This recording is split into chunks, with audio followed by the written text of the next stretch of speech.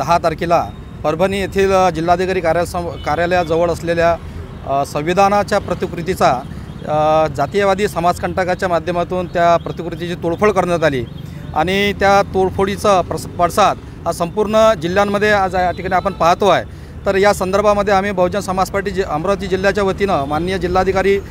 यांच्या मार्फत माननीय या महाराष्ट्र राज्याचे मुख्यमंत्री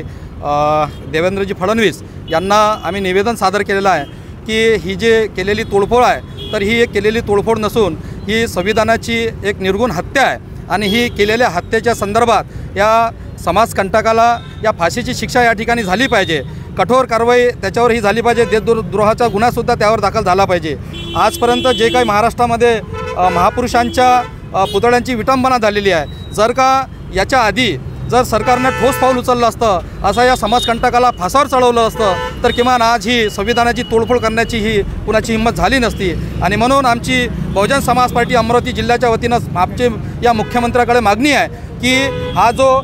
जातीयवादी समाजकंटक जो आहे की ज्याने परभणीमधील त्या संविधानाच्या प्रतिकृतीची तोडफोड केलेली आहे तर त्याला तात्काळ फासावर आपण लटकावावं, अन्यथा आम्ही बहुजन समाज पार्टी अमरावती जिल्ह्याच्या वतीने संपूर्ण जिल्हाभर आम्ही तीव्र आंदोलन या ठिकाणी नक्की छेडू, एवढं आजच्या या निवेदनाच्या माध्यमातून आमची माननीय मुख्यमंत्री यांच्याकडे आमची मागणी आहे।